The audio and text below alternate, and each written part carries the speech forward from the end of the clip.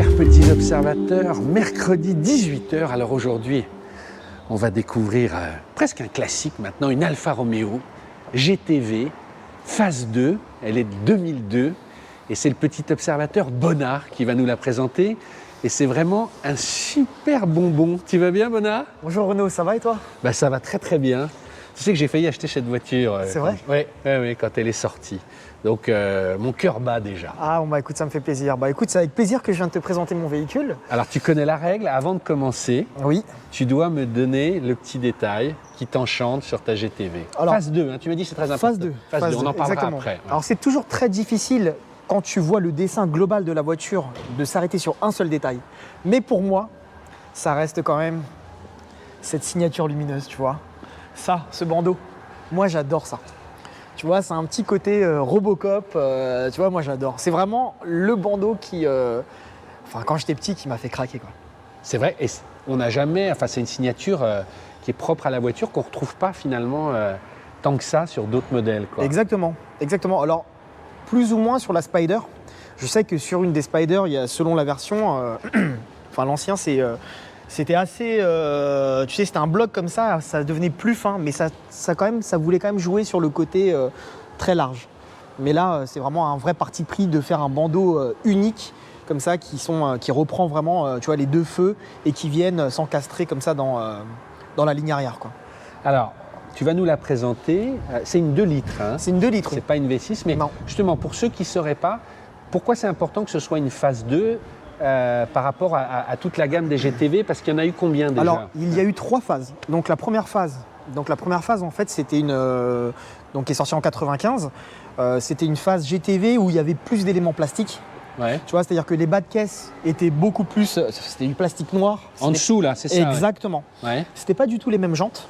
C'était des petites jantes alvéolées. Ça, c'est les fameuses jantes téléphone, hein, ce qu'on appelle. Exactement, on appelle ça. télédial. Télédial. Officiellement, ouais. Parce que les gens n'ont pas connu, mais pour les plus jeunes, mais on mettait le doigt dans les trous pour faire les numéros. Et d'ailleurs, il y a un détail qui est super intéressant sur les jantes, c'est que si tu te mets vraiment face aux jantes, si tu veux, eux, quand ils ont dessiné, si tu regardes bien cette partie-là, ça fait exactement la dimension en fait, du disque de frein qui est derrière.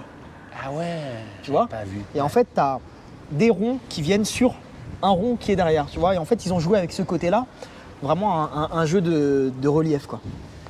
D'accord. Alors, on continue sur les différentes parties. Donc ici, tu avais une partie, tu avais le pare-choc. Dans la phase 1. Hein, dans la phase 1, tu avais un pare-choc qui était vraiment plus plastique, le bas, vraiment le bas. Et surtout, cette calandre, elle est différente. Elle était moins travaillée, elle était vraiment en plastique noir. D'accord. Et sur la phase 2, ils se sont mis donc à tout peindre et à changer un peu la calandre. Exactement, donc on retrouve une peinture carrosserie sur toutes les parties du véhicule et tu as une nouvelle calandre justement avec l'insert chromé. Là, on peut le dire, hein, tu as mis un logo nouveau, enfin des dernières Alpha. Hein, parce que oui, souvent... exactement. Bah, après, moi, je trouve ça sympa de faire le petit clin d'œil avec le côté Italie. Ouais. Donc, je trouve que, en plus, la particularité du GTV, c'est que c'est tellement un modèle spécifique en termes de design qu'il suffit de lui rajouter quelques petits éléments et tout de suite, elle peut paraître pour une voiture moderne. Aujourd'hui, quand tu vois ça, moi, j'ai pas l'impression que ça soit une voiture qui a 21 ans. Enfin, tu vois, moi, elle a 21 ans, enfin 20 ans.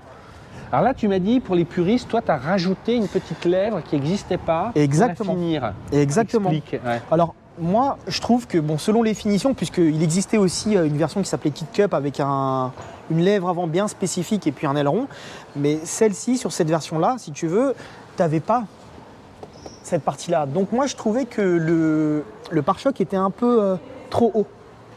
Tu vois, et je trouve qu'en rajoutant ce bloc juste en dessous, ça assoit un peu plus le véhicule.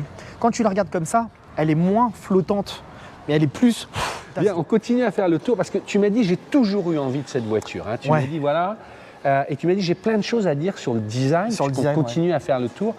Voilà, qu'est-ce que, justement, tu as envie de raconter sur ce design qui est si particulier? Alors, moi, je trouve que cette voiture-là, c'est vraiment une pièce maîtresse dans le design. Pourquoi? Parce qu'en fait, c'est évident. En fait, c'est évident parce que si tu regardes bien les lignes, rien n'est gratuit. Rien n'est gratuit. Par exemple, le rétroviseur. Alors, la dernière fois, on en discutait, on me demandait, mais est-ce que c'est des rétroviseurs qui sont spécifiques à la GTV? Alors, tu vois, un rétroviseur, tu pourrais le faire très simplement, tu vas voir un gros bloc qui vient d'ici. Mais si tu regardes bien les courbes, si tu regardes du dessus, tu t'aperçois que la ligne, hop, j'ai juste passé de l'autre côté, cette ligne Philippe qui vient Nemeth, ici, si tu nous entends. exactement. Donc cette ligne-là, en fait, elle vient, et regarde, elle vient épouser, tu vois, soit ici ou soit là. Mais tu vois, si tu regardes là, bien, c'est tu très as, net, un ouais. passement. Ici, tu sens qu'il y a cette ligne-là qui vient dessiner. Et à travers ça, tu peux sentir le coup de crayon qu'il y a eu. En gros, tu dessines la calandre et tu commences à tirer des traits, tu croises. Et je pense que c'est ce qui a fait que ça a donné ce résultat. Et si tu regardes aussi des petits détails, par exemple là, tu as le tour qui vient ici. Et regarde, ça continue ici. Et ce petit dessin qui repasse.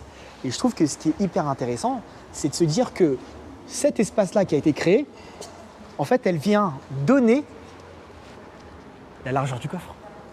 C'est-à-dire, Bah, tu vois, regarde. Si on part d'ici, d'accord? Ça, cette ligne, c'est vraiment une... qui est vraiment le trait caractéristique. Ah ouais, ce coup de c'est vraiment boule une en vraie pente. fuyante, Ouais. tu vois, dans le dessin, qui part là, qui s'arrête. Mais cette partie-là, qui est ici, le bas, eh bien, elle vient, au final, se mettre derrière, tu vois. Et toute cette partie-là, ce bloc-là, moi, je trouve ça magnifique, quoi. Bah, ça, c'est vraiment Tu vois la particularité de la voiture. Hein. C'est ça. C'est presque unique. C'est ça. Et puis, il y a quelque chose aussi qui est super intéressant dans ce véhicule-là, c'est quand on le regarde, c'est qu'il n'y a pas de poignée. Ouais. Et quand tu regardes comment c'est fait, moi, je trouve ça juste, rien qu'au toucher, je trouve ça juste magnifique.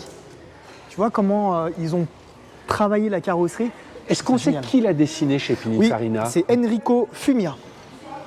Ah, je t'adore. Ah, moi, Voilà. c'est ton truc. Bah, Enrico, il a fait un chef-d'œuvre. Hein. Voilà. Ouais. Et, On se disait, toi et moi, qu'il ne faut pas lui rajouter d'appendices, etc. Il faut la garder dans sa pureté pour comprendre le... bah, c'est une histoire de goût. Hein. Moi, je sais qu'il y a des gens qui aiment rajouter un aileron, etc. Ouais. Un peu comme le Kit Cup. Mais je trouve que, vu le dessin, il est déjà tellement très spécifique que le laisser nu comme ça, c'est mieux, ça lui va mieux. Et c'est ça qui est magnifique. Et regarde, il y a quelque chose qui est hyper intéressant, c'est au niveau du coffre. Moi, c'est vraiment ça aussi que je trouve qui est hyper intéressant, c'est ce côté pincé. Tu vois, t'as ça qui arrive, et puis oui, c'est creusé à l'intérieur. Moi, je trouve ça... Ouais, cette lèvre, je ne sais pas comment on peut appeler ça. Ouais. Ouais, un petit pincement, tu vois, une ligne vraiment très Et intéressante. j'imagine qu'au niveau aérodynamique, presque ça joue aussi, parce qu'on a l'impression que ça fait presque un tout petit béquet. Ouais, je pense que tu dois gagner 0,02 km. Mais c'est important pour un Mais c'est selfie. important. Alors, Et- on peut dire le coffre était tout petit, hein, on peut le Ah, montrer. le C'était coffre, le défaut qui était... Exactement. Ah bah ça, je pense que c'est pas une voiture qui est faite pour charger. Oui, parce que tu as des enfants. et là, Exactement. ouais. Donc ici, il y avait la roue de secours. Ah, carrément, ouais. Ouais, exactement. Donc on voit ici, tu avais un petit support qui te permettait de tenir la roue de secours qui était à la verticale. D'accord. Et j'adore. bon, les Italiens, c'est vraiment très particulier. La batterie, elle est juste derrière. Ah ouais? Ouais, exactement. Donc l'accès, autant dire que l'accès est très compliqué. Donc si un jour, j'espère pas tomber en panne, mais Et comment tu vois, fais si si tu veux la démarrer au câble? bah là, c'est un peu compliqué. Ah ouais. Ouais, c'est un peu compliqué. Viens, on continue à faire le tour. Les gens, parce que l'intérieur est très alpha aussi, mais déjà, première chose, je t'ai dit, moi je les connais un petit peu, j'ai dit ça, c'est pas un cuir, cette couleur, je l'ai vue très rarement. Non, effectivement, parce qu'en fait, ça, ce cuir-là, il faut savoir que cette version-là, c'est une édition spéciale. Ah d'accord. Ouais. C'est une édition spéciale qui s'appelle édition Elegante. D'accord. Donc en fait, il y a eu 2 années où ils ont fait Cette cette finition-là. édition-là, exactement. Donc en 2001 et en 2002. 2001, ils ont Bien. utilisé cette couleur-là pour des modèles noirs et bleus, Mais pas gris. pas gris. Et le gris, c'est arrivé en 2022. Pardon, 2002, pardon, Elle excuse-moi. est très récente, mais... Donc le gris est arrivé en 2002. Ouais. Et en fait, ce qui est Donc, intéressant il y a dans eu cette... une année grise avec cette coloris-là. Exactement. Et on par l'appelle rapport- comment? Pardon. Donc c'est la série Elegante toujours. D'accord. Donc la différence, c'est que par rapport à une JTV classique, c'est que les buses de compteur sont noires. Viens te mettre au volant. Ouais. Donc on a... Ah, ils étaient pas noirs, ils Non, étaient chromés aussi. Ils étaient peints. gris, exactement. Ah, Donc ouais, là, ouais. c'est des buses noires. Ici, on est sur un gris titane. Normalement, il est plus clair. Moi, je trouve que c'est Très chic, ça. très chic, très élégant, ça se suffit. Et en fait, voilà, c'était vraiment les petits détails qui faisaient la différence par rapport aux autres versions. En 2001, on avait également l'inscription Alfa Romeo. Oui, c'est vrai. Mais je trouve que en retirant tout ça, celle-là est donc complètement en stock, hein, ce qu'on dit complètement d'origine. Exactement. Il n'y a pas de transformation.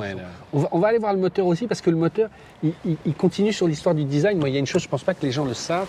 Quand on voit la voiture, on se dit, bah, tiens, elle a 2 petits feux. Oui. Et en fait, c'est une astuce. Oui, et puis surtout, ça reprend les codes de l'ancienne Alfa, l'Alfetta GTV. Ouais. Hop là. Voilà. Et en fait, c'est le dessin, hein, on comprend tout de suite, qui fait la... Mais en fait, c'est un bloc unique. C'est ça, c'est ça. Et d'ailleurs, la voiture n'a plus du tout le même look quand non, pas elle du tout. perd en... Pas du tout, pas du tout, exactement. Alors, c'est vrai que souvent, quand on parle Alfa, on pense tout de suite à leur moteur V6. Mais tu me disais, finalement, le 2 litres, il est très sympa aussi et plus accessible et très utilisable au jour le jour. Hein. Oui, bah, c'est vrai qu'à l'époque, quand il est sorti, le Twin Spark, c'était un moteur qui était très moderne. Parce qu'en fait, il a l'admission qui est variable. Donc, selon les tours, etc., donc tu as l'admission qui bouge et qui est censé t'apporter un couple plus conséquent. Moi, je trouve que c'est un moteur qui est très bien pour le quotidien, d'ailleurs, puisque moi, c'était vraiment ma voiture que j'utilisais au quotidien. Et en fait, elle fait parfaitement le job. Alors effectivement, c'est pas le V6, mais bon, en termes d'entretien, c'est beaucoup plus simple, c'est moins haut. Viens à côté, parce que moi, il y a un détail là. Rien que le bouchon, je le voudrais sur mon bureau, moi, là, avec le NG Oil, avec le logo Alfa. Il fait combien de chevaux, celui-là? 150. 150. 150, ouais. Alors pour la phase 3, ils ont fait un autre moteur, donc un JTS qui développe, je crois, 155 chevaux. Enfin, un moteur équivalent, quoi. D'accord. Alors, ta voiture est très très propre, mais tu sais qu'on a un partenaire sur cette vidéo, qui sont les centres de lavage Wash, qui ont une appli qui est vachement bien.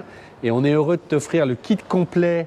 Voilà. Merci. Alors, on n'a rien à t'apprendre, mais tu vas, parce que j'ai vu que tu avais déjà beaucoup de matos, mais tu vois, il y a tous les derniers produits Wash. Tu as pour les cuirs, les plastiques, les jantes, tu as même une très belle microfibre. Je t'offre aussi 2 bons de 25 € chacun. Si tu télécharges l'appli Wash, tu as 50 € de lavage gratuit. Et vous, petits observateurs, allez dans la description. Il y a une super offre faite par Wash. Si vous cliquez, que vous prenez l'appli, vous pourrez retrouver cette offre sur le site. Voilà. Et donc, merci à Wash. Et bien sûr, vous lavez votre voiture avec modération, suivant les endroits où vous êtes. Voilà, par rapport... Du lait pour ton cuir, tu verras. Ouais, exactement. Il y a du lait, c'est toute leur gamme. Ouais, exactement. En fait, ce qui est hyper intéressant... Ouais, pourquoi? Parce que... tout simplement parce que par rapport à la texture de la moquette intérieure du coffre, en fait j'ai exactement les mêmes, quasi les mêmes... Les vrais bagnolards adorent avoir ça. Ouais. Tu vois, c'est pratiquement la même chose. Et en fait ici, c'est surélevé. Ah oui, donc tu peux le mettre de côté. Exactement, alors là il n'y a pas de scratch, mais... si, il y a des scratchs, regarde. En dessous. Ouais. Ah oui, en dessous. Ouais, mais regarde, hop, je le cale ici, et le truc il bouge plus, quoi. Tu vois, regarde. Mais alors, c'est pas beau la vie, hein? Merci Wash, allez voir l'appli, parce qu'en plus comme ça tu peux... voilà. L'application est vraiment bien faite et tout. Nous on l'utilise, ça te permet d'avoir le code, ça te permet d'éviter d'aller au guichet et tout, et comme ça tu as directement... Tu démarres ton lavage comme ça. Exactement. Bon, écoute, on va aller faire notre petit tour. Super. Voilà. Attends, on monte à bord. Donc, il y a 3 choses qu'on a vues avant même de démarrer. La clé rouge. Ça, c'est beau, ça. Tu m'as dit. Mais t'as l'impression d'avoir une voiture sportive, quoi. Enfin, tu sais, c'est une voiture de course. Moi, je trouve ça génial. Et puis, esthétiquement, quand tout est sombre et t'as juste la petite clé qui ressort comme ça. Yeah. Alors, moi, ce que je trouve c'est super sympa, c'est que t'as un niveau qui est plus profond qu'à ce niveau-là, tu sais. Et du coup, quand tu poses ton pied, regarde, tu vois, tu peux poser ton pied comme ça. Ah oui, plus bas, oui, d'accord. Et en fait, il y a une montée, je comprends. Ah, oui. Il y a un escalier, en fait. Exactement. Et c'est génial, moi je suis là, enfin, tu sais, c'est hyper agréable de poser ses mains comme ça. Tu sais, c'est une position qui est un peu inhabituelle, tu vois, mais je trouve ça hyper agréable. Alors colle-le bien pour que l'image de la voiture soit dans l'image, voilà. Alors Bona, parlons peu, parlons bien. Mais moi je suis tombé de ma chaise. Alors la voiture, tu l'as depuis 10 ans. Ouais, ça fait 10 ans. Tu l'as payé combien à l'époque? Je l'ai payé 4 000 €. Tu peux répéter? 4 000 €. 4 000 €, une légende italienne. Exactement. Un 4 cylindres qui chante des compteurs à la Ferrari, 4 000 €. Exactement. Et ça a pris beaucoup en 10 ans ou... Écoute, aujourd'hui, quand tu regardes la cote, alors t'as pas mal de prix, mais selon l'état, selon la rareté du produit. Mais aujourd'hui, on est autour de 8 000 €.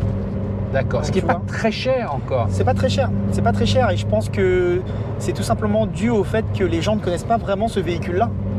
Et je pense que, enfin, grâce à cette vidéo, en tout cas j'espère, c'est un modèle qui va un peu renaître, tu vois, vis-à-vis des amateurs d'automobile.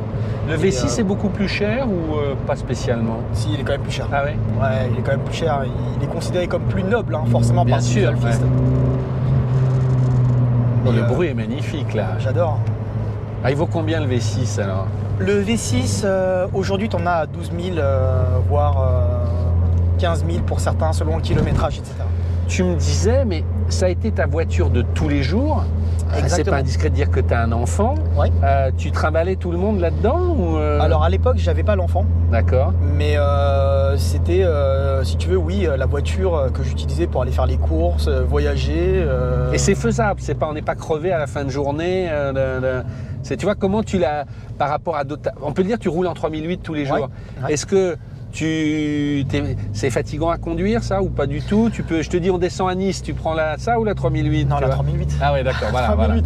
Bah, pour la simple et bonne raison qu'ayant changé la ligne d'échappement, là tu vois bien que si j'accélère, faut supporter en fait le bruit de l'échappement. Ouais. Tu vois, c'est quelque chose où tu peux faire, aller pour repartir à Deauville ou quelque chose comme ça, pourquoi pas. Mais pour faire des longs trajets, par exemple Paris-Nice, là ça va être un peu compliqué. Ouais, non, mais c'est intéressant de le dire. Là, elle est dans ses suspensions d'origine, etc. Non, j'ai modifié les suspensions, donc j'ai acheté des KW avec des suspensions, des ressorts A-bar. Ils sont un peu plus durs là, c'est ça? Ouais, exactement, ce qui lui donne un peu plus de dynamisme. Donc elle est rabaissée, on va dire, d'environ 2 cm. D'accord. Alors moi je me souviens très bien, parce que je te l'ai dit d'entrée, c'est une voiture que j'ai failli acheter. Finalement j'ai pris une Fiat Coupé à l'époque. On lui reprochait beaucoup d'être une traction avant et le fait que finalement elle passait pas la puissance, qu'elle n'était pas assez sportive. C'est vraiment des trucs de journaliste, hein, mais tu te souviens de ces polémiques-là? Ouais, bien sûr. Et qu'est-ce que tu répondrais à ça aujourd'hui, tu vois ça concerne que les V6, puisque c'est vrai que maintenant les V6 par rapport au couple, le fait que ce soit une traction, mais il existe des moyens qui permettent de supplanter cette idée un peu erronée. C'est que maintenant il est possible d'installer des différentiels au niveau de la boîte de vitesse qui permettent justement de mieux gérer, on va dire, la transmission, etc. Enfin le couple. D'accord, tu peux installer en aftermarket. Exactement. Et elle patine pas, parce qu'en gros on disait voilà, si on écrase l'accélérateur, on disait le train avant avait tendance. Le V6 oui, ça patine, ça c'est clair et net. Sur le 2 litres Twin Spark, pas du tout. D'accord. Franchement, par contre tu sens qu'à un moment si tu appuies, faut un peu tenir le volant quoi. J'ai envie de te dire que cette voiture, elle a des défauts, comme toute italienne. Donc quand c'est quoi ces défauts alors? On les a évoqués. L'électronique. Ah ouais? C'est-à-dire par exemple en hiver, il suffit qu'il fasse trop froid et un jour tu as envie de dire Sésame, ouvre-toi, et la voiture elle te dit non. C'est-à-dire elle se déverrouille pas. Merde. Donc, même avec la poignée Si, tu peux le faire avec. Donc après tu appuies plusieurs fois et là ça va fonctionner. Mais donc le jour où ça arrive, ces petits soucis, tu lui en veux. Mais après, c'est comme une belle histoire d'amour. Après, il suffit de rouler. Non, mais attends, tu vas vite. Parce que là, on est vraiment dans le cliché qu'on dit toujours sur les italiennes. Ouais. Du coup, des voyants, des machins, l'électronique, l'électricité, ça déconne. C'est pas. Il n'y a rien à faire, quoi. C'est jamais parfait. Il y a rien à faire. Regarde, là, j'ai un petit voyant. Ouais. Ça, c'est un voyant qui est très connu donc, sur le GTV. C'est ce matin, il s'est activé tout simplement parce que j'ai bougé ton siège.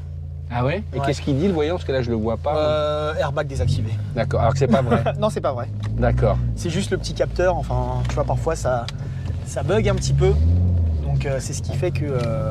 Mais tout ça justement, là tu me tends une perche. C'est une voiture qui est facile à entretenir, du coup on trouve des bons spécialistes, c'est compliqué de trouver des pièces ou ça va? Alors en termes de motorisation, oui, c'est simple, puisque c'est un moteur qui est partagé avec d'autres véhicules comme la 147, la 156, donc c'est relativement simple. Après, il y a des petites spécificités qui sont liées plutôt vraiment au modèle GTV où là, c'est parfois un peu plus difficile de trouver. Mais bon, pour l'instant, il n'y a pas non plus de pénurie de pièces, quoi. Mais tu vois, par exemple, moi j'ai un 2 litres. Tu vois, jusqu'à combien? 7000 tours. Ah ouais! Et à partir de, on va dire que tu as le couple qui est à 4000, environ 4000, 4005. Et à partir de 6000, tu as encore une autre petite poussée. Ouais. Tu vois, mais ça, c'est dû justement à l'admission qui est. Mais il n'y avait pas aussi Twin Spark, ça ne voulait pas dire une double étincelle. Exactement, parce qu'il y a un double des allumage. bougies, ouais. Exactement. Ça, après, ça devient très technique, hein, où là, je ne pourrais pas te dire exactement. Oui, il y a un double allumage. Mais effectivement, oui. On va la remettre là où elle était. Pour finir, il y a quelque chose que je trouve passionnant. Ouais, je l'ai dit dans la vidéo Facebook, mais pas là. Tu es professeur d'arts martiaux, on dit, c'est ça? Oui. Je trouve ça génial. Dans ta vie, tu as une page Insta, mais tu donnes des cours. Comment ça s'appelle? C'est une technique indonésienne? Oui, c'est un art martial indonésien, ça s'appelle le Pencaksilat. C'est un peu, je te dis, moi qui n'y connais rien, c'est un peu comme le Krav Maga, c'est pour se défendre, c'est de l'autodéfense. Exactement, il y a une partie qui est très traditionnelle et une partie qui peut être adaptée à la self-défense. Ouais. C'est ce qui est utilisé par exemple dans les commandos indonésiens, etc. J'adore. Et c'est ton métier? C'est une passion, une deuxième passion. Une passion. Mais j'ai un autre métier. Alpha. Et donc, tu as une page Insta. Oui. Qui s'appelle Bonasao. _, voilà. Et on te voit donner des cours. Exactement. Je propose des techniques, etc. Donc, je suis très impressionné. Et c'est quelque chose, c'est quand tu donnes des cours, c'est que les gens viennent prendre des cours avec toi ou toi tu donnes, c'est dans une association? C'est dans une académie, effectivement, une académie, une grande académie très structurée, où tu as plusieurs clubs dans le monde. Et moi, je suis un des représentants de cette académie-là. Donc j'ai mon club qui est à l'Institut du Judo à Paris, dans le 14e. J'adore ce genre d'histoire. Bon, on va couper le moteur. Yes. Bona, je t'appelle Monsieur GTV. Bah, merci. Je pense que voilà, ça va rester. Merci, à bientôt. À bientôt. Merci aux deux gourmands qui nous accueillent dans leur ferme. On est chez eux, vous voyez, il y a un petit resto, vous tapez les deux gourmands, vous le trouverez. Et puis si vous êtes intéressé pour nous présenter votre voiture, vous nous envoyez un mail à petite observation automobile tout attaché avec des s@gmail.com, quelques photos, une description. Et puis si votre voiture nous intéresse, on vous appellera, vous venez nous la présenter ici ou ailleurs. Voilà, à très bientôt, merci, ciao.